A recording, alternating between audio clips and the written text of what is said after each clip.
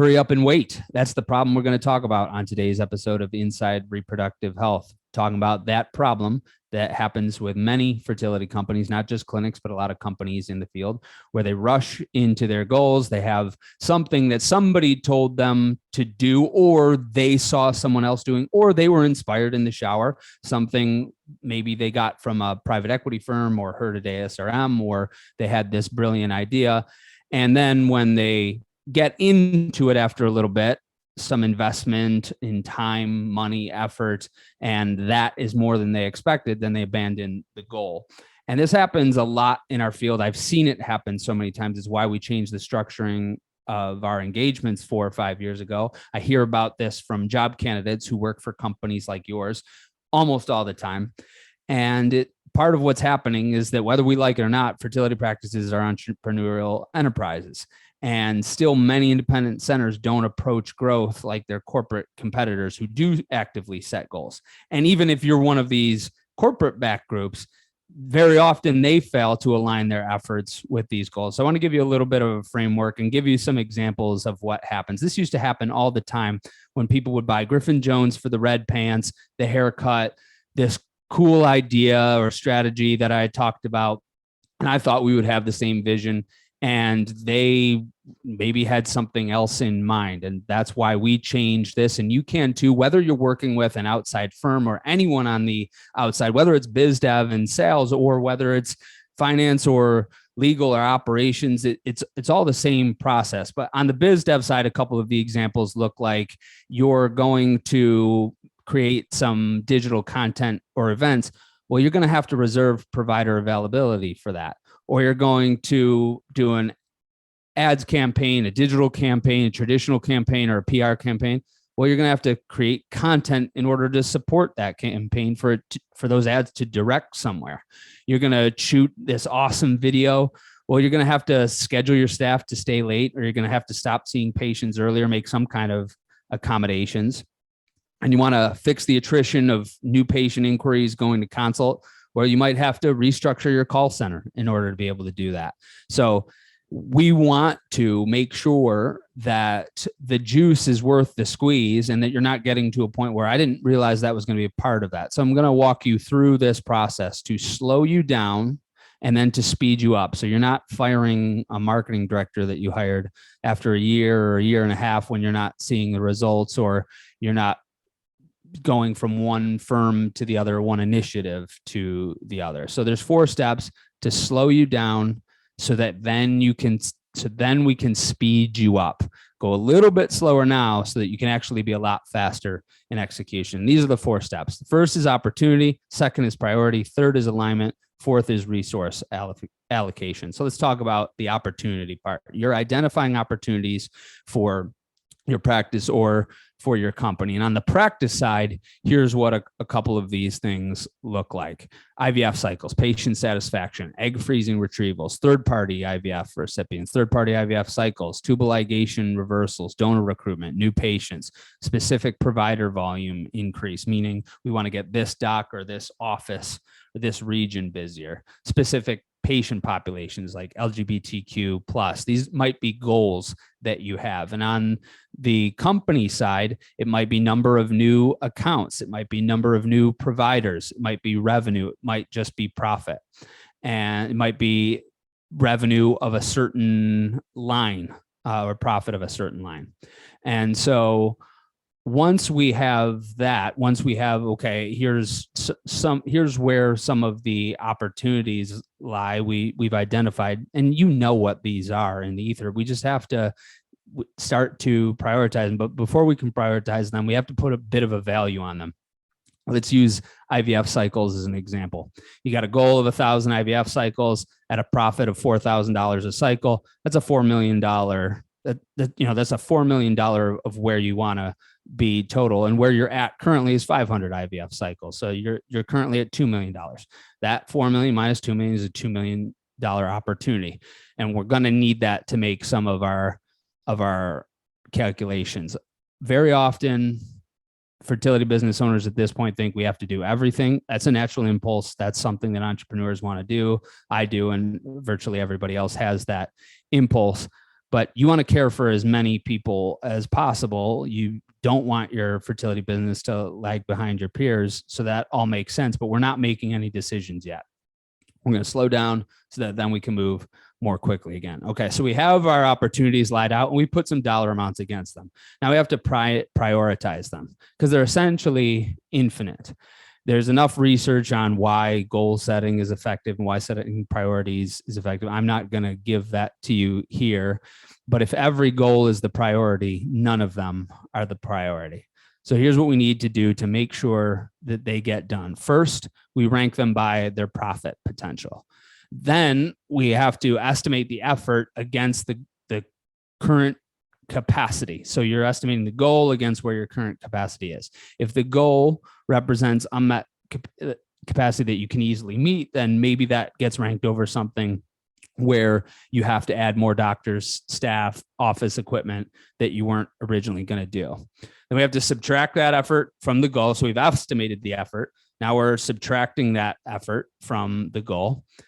And then you have to consider your mission, because money isn't everything. You didn't do this just to make money, and you might be perfectly happy where you're at financially. That might not have to do with what you want to accomplish out of your business in the next few years. So considering your mission, like if you're a person that wants to advance fertility preservation or serve LGBTQ plus patients or treat recurring pregnancy loss, that has to impact which goals you prioritize. You're a clinician first and a business second if you're on the practice side.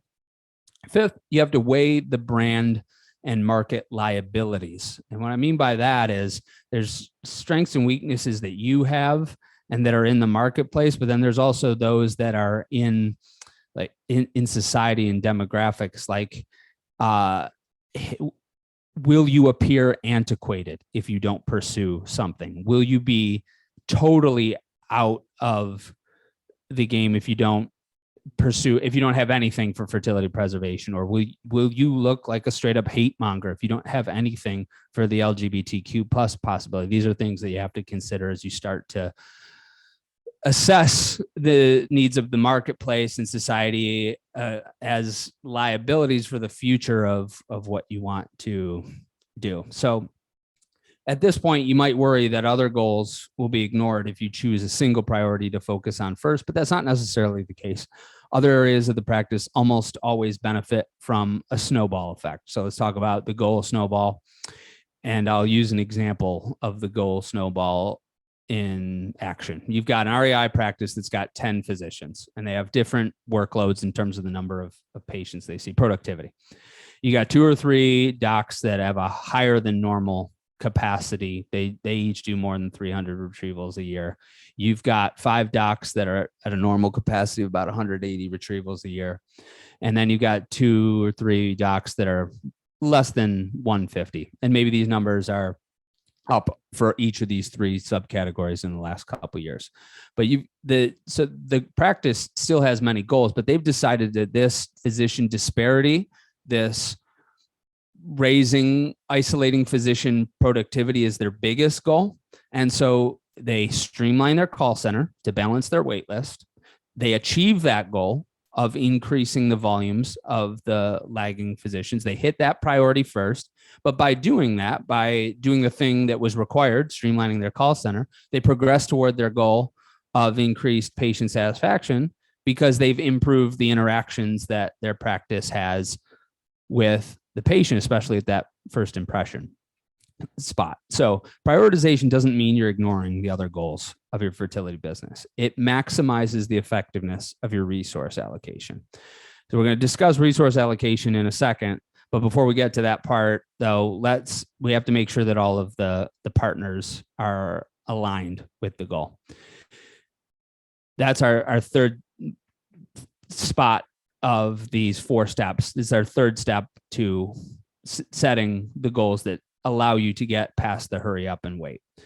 Even when the managing partner of fertility practice, or if you're a fertility company, the chief exec has the final say, alignment with the partners is still critical. The fact that partners need to achieve alignment doesn't mean that you don't already have a healthy relationship. You might have a healthy relationship.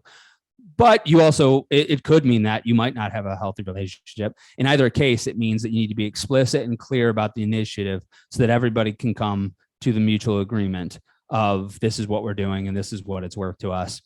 When everyone's on the same page, it's much easier to work through the obstacles that come later. And I promise you, it's when the obstacles come, not if. The obstacles will come.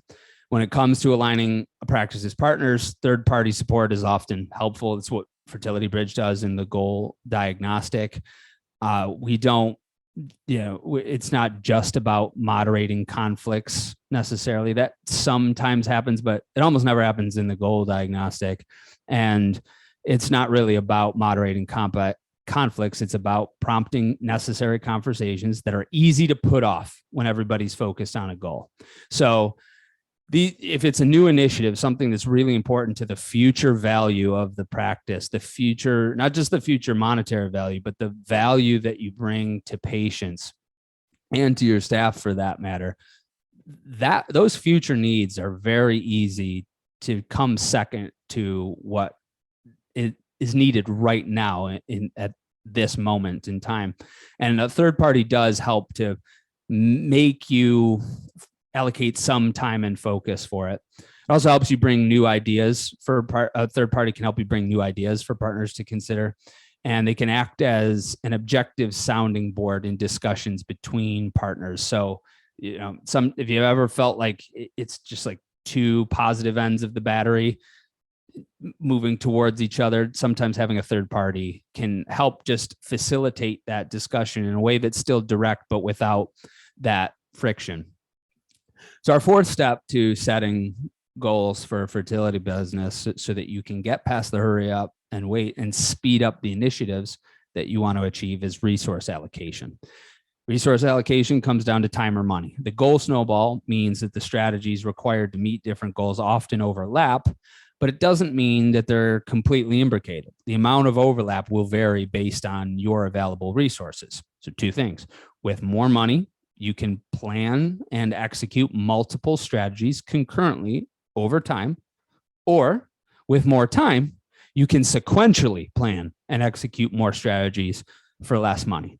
The goal snowball allows for a progressive return on investment, meaning you can continue to invest in your fertility business without decreasing your net income. You take a piece of what you have, invest it, solve for a challenge or an opportunity, take the earnings from that and continue to invest in the business. So before you invest any time or money into achieving a goal, not to mention just the execution of the goal, slow down so you can speed up. First, quantify the opportunities. Second, prioritize them. Third, align the partners or the stakeholders if you're a different business in the fertility field. And four, allocate your resources accordingly. If you'd like our outside expertise with this is essentially what we do in the Goal Diagnostic. We can do this if you're a practice for less than $600, if you're a company in other parts of the field for less than $1,500. And we've done it for 4-5 dozen companies in the fertility field in the last as many years. So if you're ready to do this, you'd like our help, please visit fertilitybridge.com. Otherwise, I really hope you enjoyed this episode and it gives you a way to achieve those goals without hurrying up and wasting your time and money. Have a great day.